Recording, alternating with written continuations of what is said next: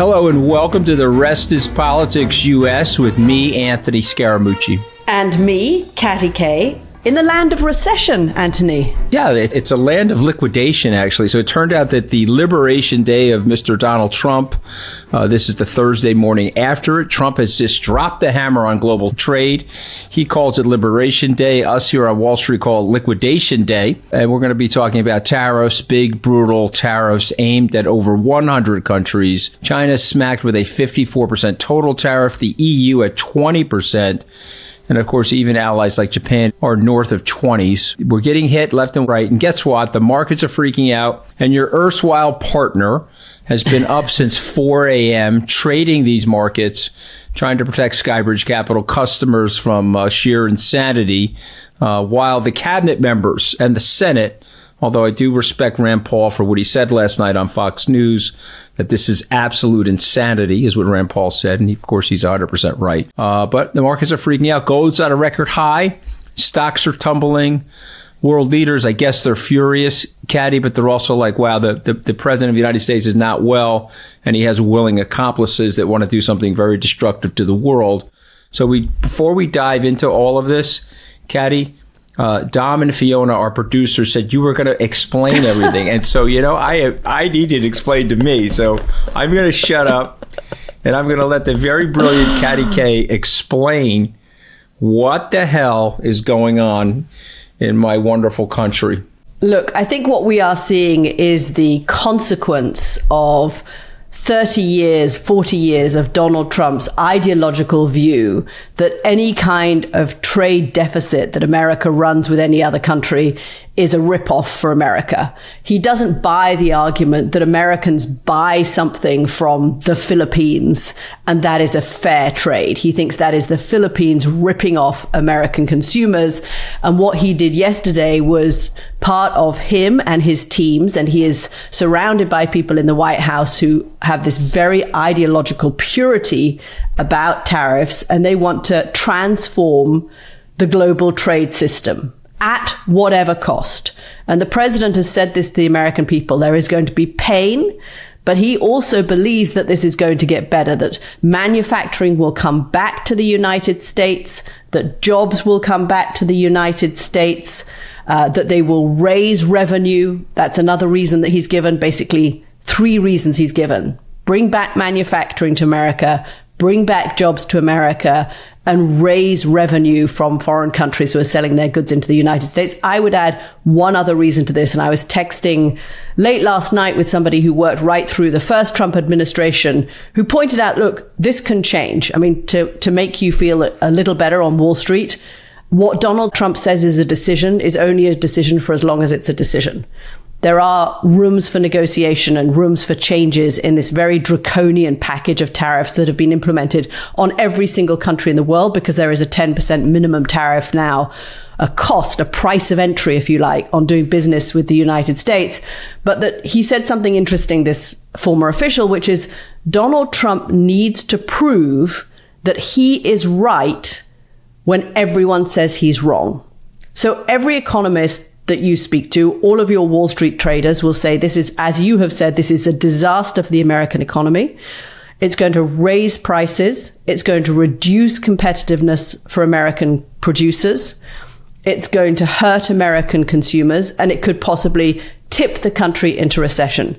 Donald Trump doesn't believe that's the case, and in a sense, he's daring the world economic system to prove him wrong. And I think the fourth reason for me, the kind of important psychological reason, is that this is hubris. This is arrogance on the part of this group in the White House who says, all of you globalists have got it wrong for decades. You were the ones that told us that free trade deals were right. You were the ones that said that American jobs would survive opening up our business to China, opening up the global economy. You got it wrong then, and you're getting it wrong now, and we need to prove that we are right. I don't know that this necessarily lasts, because I don't think Donald Trump is going to want to see the country go through a total bloodbath.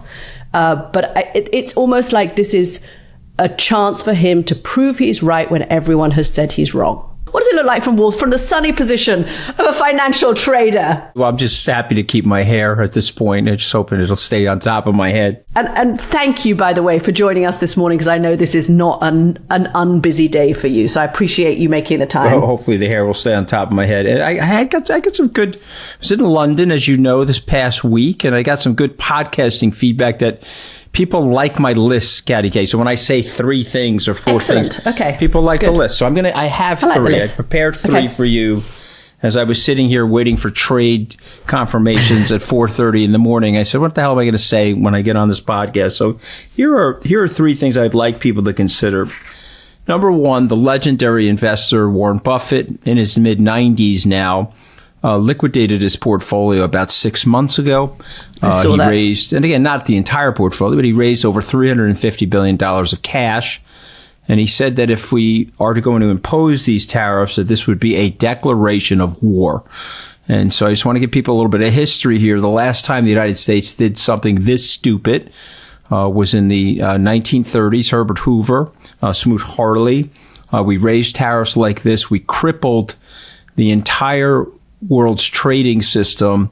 And we had a deep recession turn into a global depression, and it led to the systemic rise of fascism. So we're going to talk a little bit about the Orban nature of this in a second. Second thing I want to say is that when you do things like this from America, which are this unpredictable and are this unstable, you are now changing the calculation of risk in the global society. So now you're saying to yourself, okay, the American government and the policy wonks there used to be bipartisanly predictable. Yes, a little more taxes for Democrats, maybe a little less taxes for Republicans, but generally bipartisan predictable. This is outside of any standard deviation measurement. This is 4 or 5 sigmas away from anything that the Americans have put together in the last 80, frankly, 90 years. And so this is going to make the risks in the market go up. I just want everybody to understand that. The last point, even if your person that you're speaking to is correct, if Trump reverses course now and he says, I've got this wrong, I'm going to reverse course. Well, he won't ever say he's got it wrong. Well, he'll say the other countries have capitulated. Yeah, some nonsense that will come out of Trump's mouth. It doesn't matter, Katty. It doesn't matter. The damage, the trebling damage has been done. People are now looking around saying, okay, is this really what's going to happen now in the United States? Okay, I got it. 50% of the people voted for him. He's got willing bobbleheads. I would call them sycophants, but just look at my head. If you're on YouTube, you can see my head. You have willing bobbleheads. You got guys that know better. Lutnick knows better. Bessent knows better. By the way, I heard last night that Bessent was taken out of several of these meetings.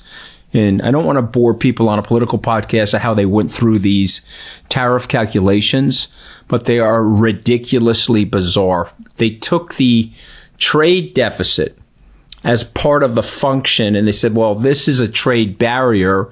A result, this country has a 70% tariff on us, so we're going to apply a 35% tariff to them. It's not even logical what they did. There's no way to explain it. They sent the Secretary of the Treasury out last night to try to defend it. He couldn't. You've got Howard Lutnick on CNBC as I'm speaking. He's trying to defend it. He cannot. This has done systemic damage. This is not something you can look at and say, oh, Trump got on the wrong side of the bed and he did this, and then the next day he did that. No, you're now telling people that you're a very malevolent guy, and there's obviously something sinister behind what he's doing, and we should unpack that for people. What is the potential sinister thing that this man's trying to do to his own country and the rest of the world? Let's get at that into a second. And there's a very interesting quote that he said yesterday that I think is worth repeating. But just quickly on that calculation thing, because there's a lot of confusion about how that calculation was come to. And I want to just clarify, see if I've got this right compared to what you just said. So let's take our lobsters, our nice Maine lobsters. I sell you 10 lobsters every year. You buy from me 3 lobsters every year. Does that mean in this calculation that I have 70% tariffs on you? Is that what this is? Is that how they came to this calculation? It's sort of how they did it, but it's a little bit more like this, okay? let me see if I can describe it to you. The tariff on China is 67%. The EU tariff on that board that he was holding. It looked like a game show. He looked like the evil Moses holding up the 10 evil commandments. Okay, but the reality is that he took the $401 billion of imports from China, right? And then he minus the $137 billion of exports. And so if you take those two numbers, you get 67%. Right. Okay. And so that's where he came up with the tariff number. Yes, because he's not thinking this is a free and fair trade deal. And I understand there are countries around the world that put barriers to entry on American products, either through their currency manipulations or because they have just tariffs themselves. I get that. But what Trump just fundamentally doesn't understand is that Americans buy a shitload of sofas. They buy a lot of stuff for their house, and maybe the Chinese just buy less American stuff. And that is the price of doing business. You're going to end up with a trade deficit. But I mean, listen, if William Buckley were alive today, great conservative, he would say that the trade deficit is a sign that we're drawing resources, pulling them into this country, and the country is growing. He was not concerned about the trade deficit. Donald Trump, right, in his infinite wisdom, his Dunning-Kruger syndrome, where he thinks he's smarter than everybody else, but he actually isn't, he gave lectures on Oprah Winfrey Show 40 years ago saying that we needed to tariff the world. He's now got the opportunity to do what he was saying. Remember, Gary Cohn stopped him. Stephen Mnuchin stopped him. In the first Trump administration. There was nobody in the room. There were no willing accomplices in the room that would allow him to do what he's doing right now. But just remember something about this, and I don't want to overly confuse people, but if you trade weight the tariffs in terms of the proportion of stuff that's coming in and the proportion of stuff that's coming out, and the EU ministers will tell people this in Europe, the trade weighted tariffs in China for the United States are about 4%. In the EU, the calculation is roughly 3%. And of course, Vietnam is a little higher. It's around 6%. But the point is, they're not the numbers that Donald Trump said they were. Yeah. He took Clearly. the amount of things that we're importing. He subtracted the amount of things that we're exporting. And then he did division. I'm sure someone had to do it on a calculator for him because he probably can't divide at this point in his life. And he came up with those numbers. Now, there's reasons why Robert Lighthizer, you may remember him, Katty K. He was the U.S. Trade Representative. He wrote the book that No Trade is Free. He wrote the book No Trade is Free. There's reasons why he's not in the administration. You can't even explain this to your counterparty. Okay, so obviously, would you, as a rational person, would you like to have a good relationship with your trading partner, Katty? Anthony, I know you're upset about this, but if you bang the table up, what listeners are going to get their ears banged in as well. How do you know that that's not my heartbeat, Katty? It could be my heartbeat just blowing through the every time your hand, cavity of my chest. It corresponds with your hand. I mean, it may be an extraordinary heartbeat you have, but it's corresponding with your hand. You know, I'm Italian, Katty, so I sit on my hands. No, this is hard for you. This is very hard. If I sit on my hands, I'll be silent for the rest of the podcast. All right, but I'm just not going to bang the table anymore, but I'm just going to let you know that there's no rationality to this. And let me flip it back to you. If you were my trading partner, wouldn't you want to have a good relationship with me? How could you show up with manufactured numbers like this? So Katty, I'm coming into the room. I say, Katty, your tariff on me is 66%. And you look at me like, what? Where are you getting that number from? Yeah, I mean, I think that's reaction that you're having already. I've got a text from just actually as we've been recording this, an official from the European Union texted me to say, look, make no mistake, there will be retaliation against this. We will respond to this. We're assessing it in a moment, but the tariffs vary wildly across the European Union, and the types of numbers that Donald Trump has imposed now on all the countries of the European Union make it almost impossible for leaders not to respond. I mean, he's put political leaders, particularly anyone running for re-election, right? I mean, just look at Mark Carney up in Canada, but anyone who's running for election or is in a politically vulnerable position has no choice at this point but to respond in some form. So you can expect this official at the EU is saying that there will be a firm and proportionate response from the European Union. But the bigger point that you just made about allies, I think, is the critical one. If Donald Trump believes, and I don't even know that he does believe this in this term in the way that he believed it in this first term, that China is the kind of big existential threat to the United States, then why are you putting tariffs on Japan of 24%? Why are you alienating these small but vibrant Asian economies? Cambodia has a tariff of 49%, Vietnam of 46%, Sri Lanka of 44%. Australia has been tariffed, a key ally in the region. You would think that if you want to really isolate China, which is probably the biggest offender when it comes to having an unlevel playing field in the trade world, then you would want your allies on board with you, not only the European Union, but Asian allies as well. I think this move, we've mentioned this before, the push around the world to have your own security umbrella now, including nuclear capabilities, will be accelerated by what Donald Trump announced in the Rose Garden yesterday. That if you are in Japan right now, if you are in South Korea right now, if you are some of the European countries that are looking at this right now, to what you said earlier, America is no longer a reliable ally. And the chances of this leading to long-term manufacturing investment in the United States are pretty small because, hey, it takes you 5 to 10 years to get a factory up and running, in which time you've had midterm elections, a presidential election, potentially another midterm election, potentially another presidential election. And America has shown it has the capacity to seesaw. It's no longer, like you said at the beginning of the program, it's no longer level. So even if you wanted to make your long-term strategic investment planning based on what happened yesterday, you'd be foolish to do so because these tariffs could go. So why would you suddenly invest billions in a factory in Iowa? It doesn't make economic sense, but it does an awful lot of security and trading damage to America around the world. Again, if you're going to do this and you're going to make the argument that they're going to now invest and put factories in the U.S. after you're being this unfriendly to them, they're not going to do that, Katty. I wouldn't do that. Think about it from a capital allocation perspective. But what was in here, though, was a high level of meanness. He went to some of the smallest countries in the world, countries that the United States has tried to help foster democracy and economic growth. We are one of the richest, still, frankly, the richest country in the world. And it was there was a benevolence to our soft power in certain areas of the world.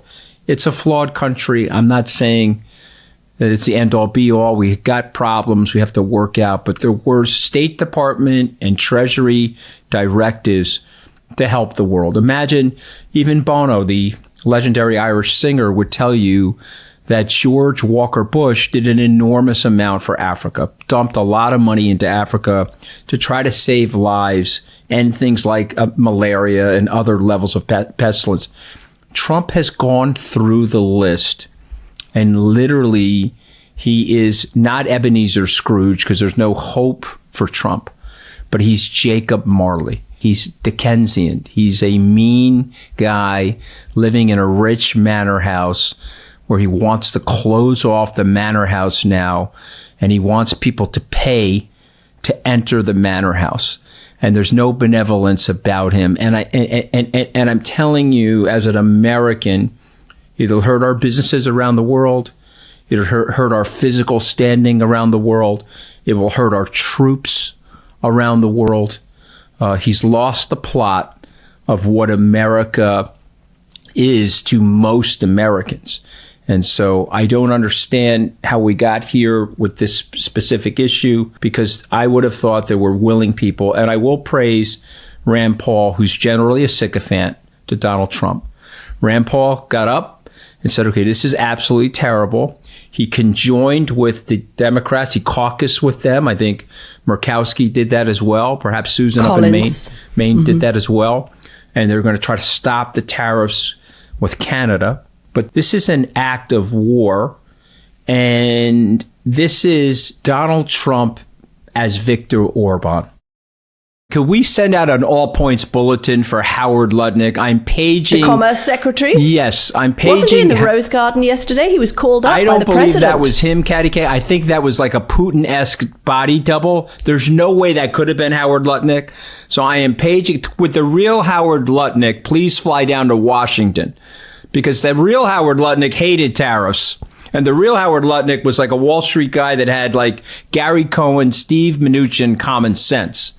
So just paging Howard Lutnick, if you're out there, please return to Washington and replace your body double.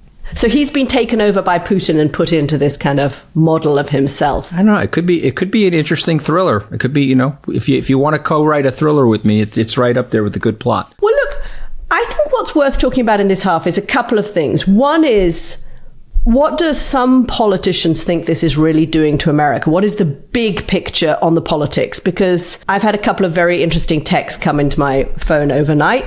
I'm sure that they've been sucked into some signal group by people in the Pentagon already. But anyway, that's what a couple of people have raised independently with me. And then the other thing is, how long and how far is Donald Trump prepared to allow the pain to go before he reverses course, if he does reverse course, assuming that this leads to the kind of catastrophe that you were talking about in the first half. I'm a little wary of this because I find analogies with other countries and analogies with other political systems always make me a little nervous, because obviously America is a big, complicated country, and it's a bit easy sometimes to say, oh, this is the kind of beginnings of autocracy in America or the end of democracy in America. But I'm just struck by the fact that I've had a Democratic former Congresswoman who actually was born in Vietnam texting me overnight. Stephanie Murphy, she'll be happy for me to say this. She texted me, when the communists took Vietnam, they eliminated the intelligentsia, they engaged in overt corruption, they wrecked the economy, and they got more power because of it. Look at Hungary, look at Turkey. A weak economy, suffering electorate is by design, not a bug of authoritarianism.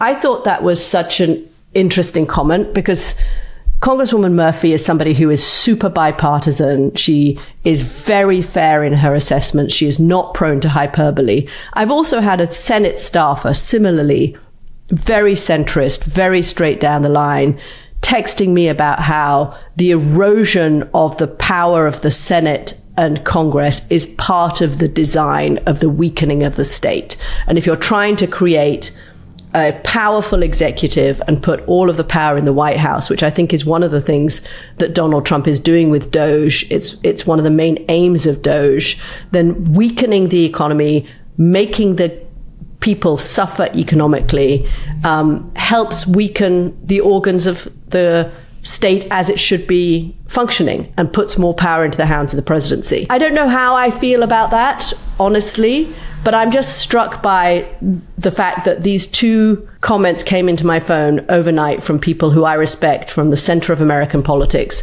who are clearly worried about what they're seeing. I believe it, actually, but I want to push back on myself, and I want to push you back a little bit, because I think what's happening right now is, if you say something like that, it's so sacrilegious to the ideal of what America has been, to the spirit of democracy, the peaceful transfer of power, the general consensus on policies like containment, general consensus on policies like free trade. Ronald Reagan, the champion of free trade, Bill Clinton, a champion of free trade. And so you say to yourself, okay, I'm going to get on this podcast this morning and say the age of America is over. And there's a man in America that's trying to burn down America. He's Nero. He's trying to burn down America, weaken the system, weaken the economy to take more control. It sounds sacrilegious to me. And so am I being too emotional and dramatic to suggest that it's happening, Katty? Or am I being rational to suggest, okay, this is inside the potential thought process in the Venn diagram of what Donald Trump's doing? This is one of the boxes that we have to take seriously. Yeah, I mean, I had always thought two things. One is that I didn't think Donald Trump had a big strategy like that. I think he wanted to have vengeance on the 2020 election, show that he could win for a second time. And I remember you and I discussing this before the election. There was a scenario we both believed was possible where he would win in 2024 and then just go down to Florida, play golf, doesn't actually want to deal with the running of American government. But we've both been surprised by the degree to which this is a far more ideological and rigorous administration than it was the first time round.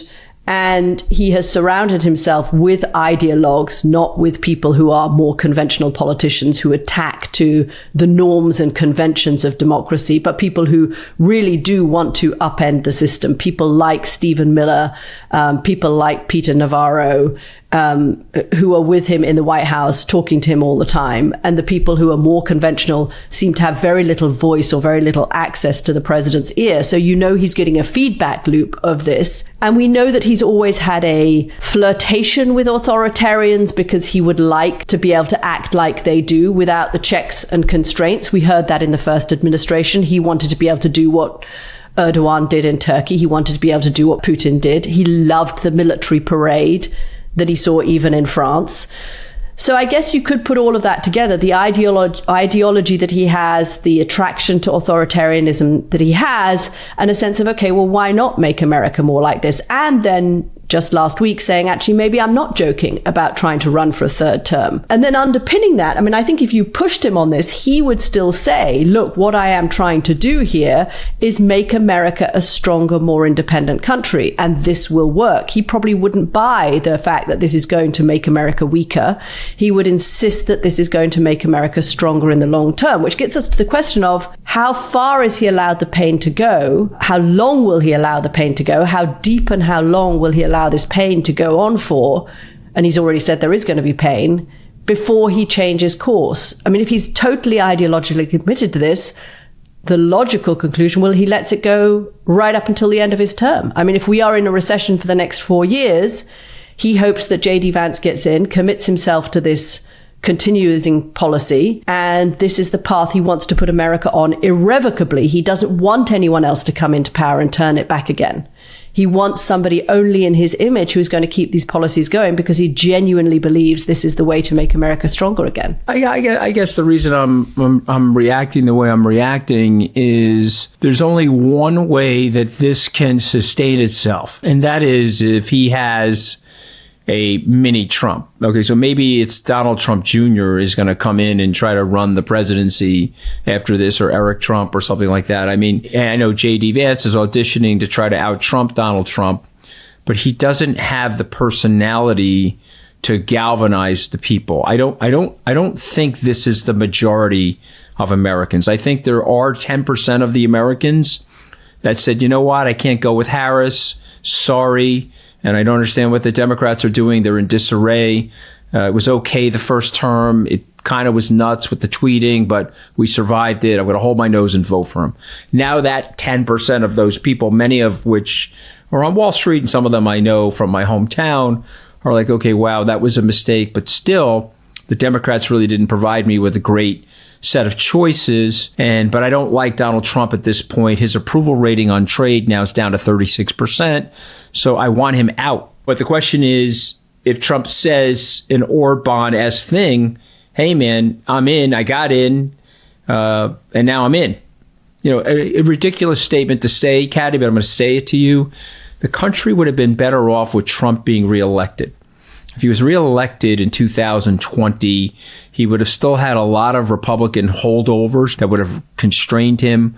We wouldn't have had the unfolding nightmare of the January 6th situation, and we wouldn't have Donald Trump challenging, as he is now, the election integrity of the entire system. So the weird thing about it is him not getting reelected and then him coming back into power has made him an even bigger villain, you know? And they also spent 4 years out of power very carefully coming up with how to take over Congress, how to take over the donors, how to take over Washington, which is clearly what we're seeing play out. We haven't mentioned, and we should do before we go, these, because it gets on what you were just saying. To your point, Anthony, I mean, there were 3 elections in America this week for the Wisconsin Supreme Court, 2 races in Florida.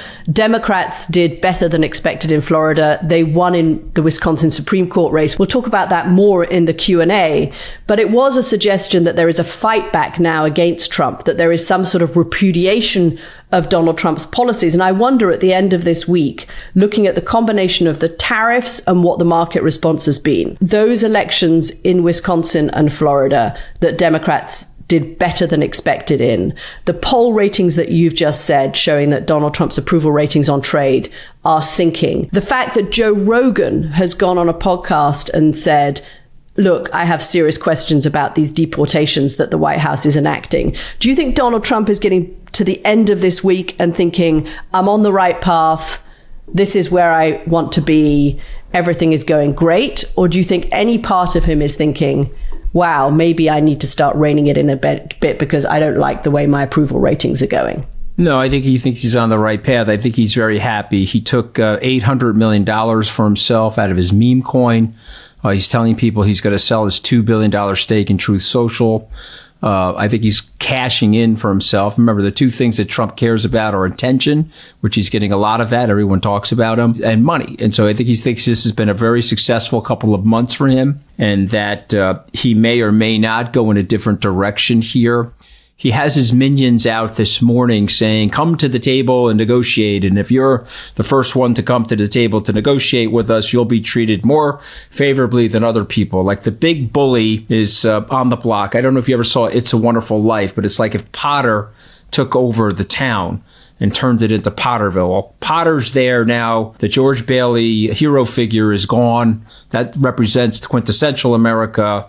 And now we have literally this idiot, Donald Trump, who was as if Forrest Gump got married to Jacob Marley and they had a baby named Donald Trump. And he's sitting there now.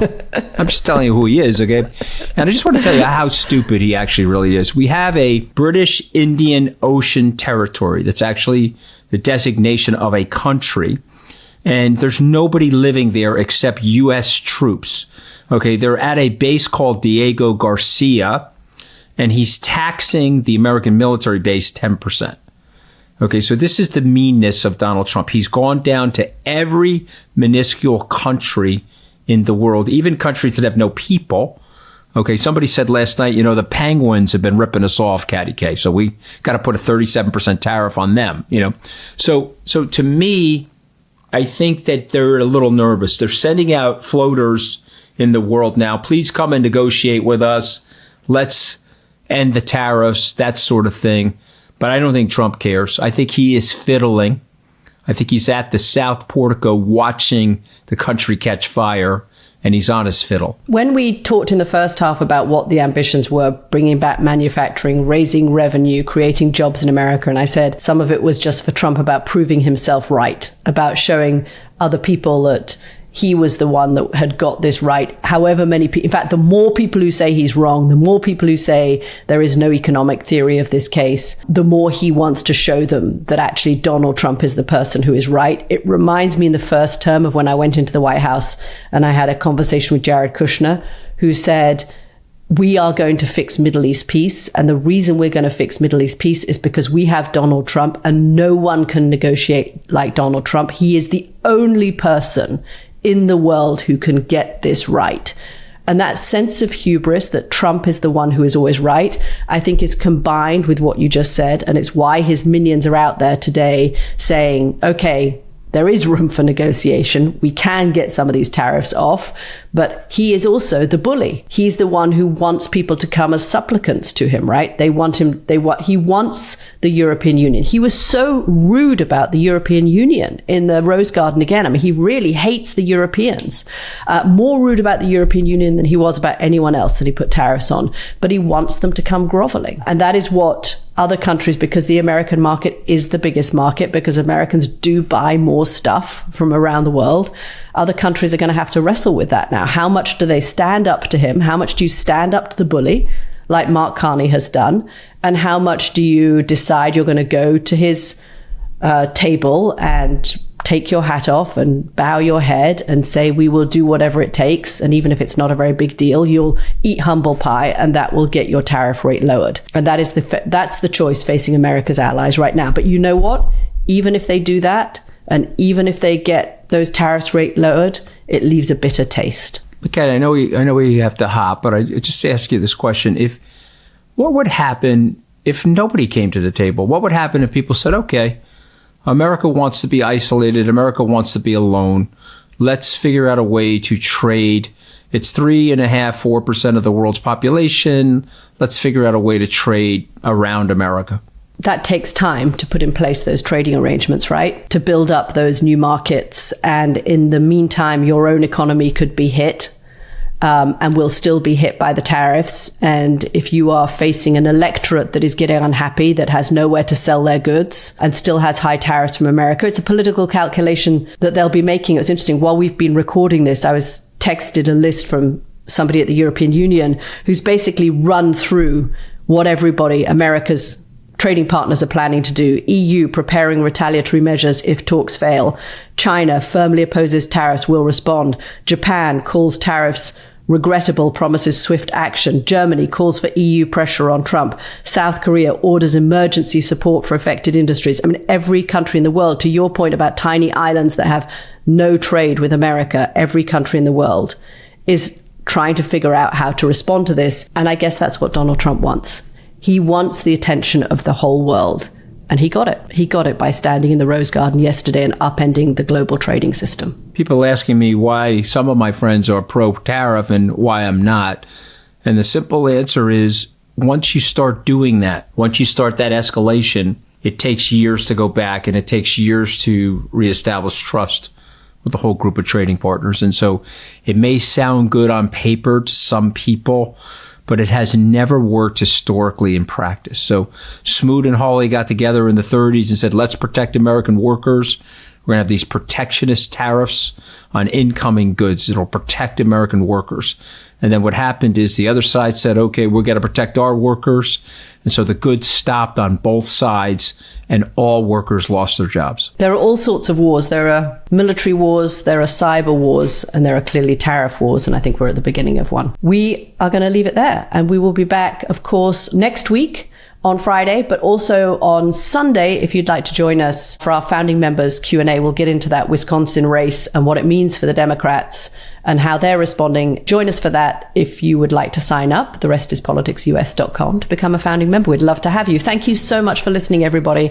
Another busy week in Washington, D.C., the capital of liberation land. See you next week.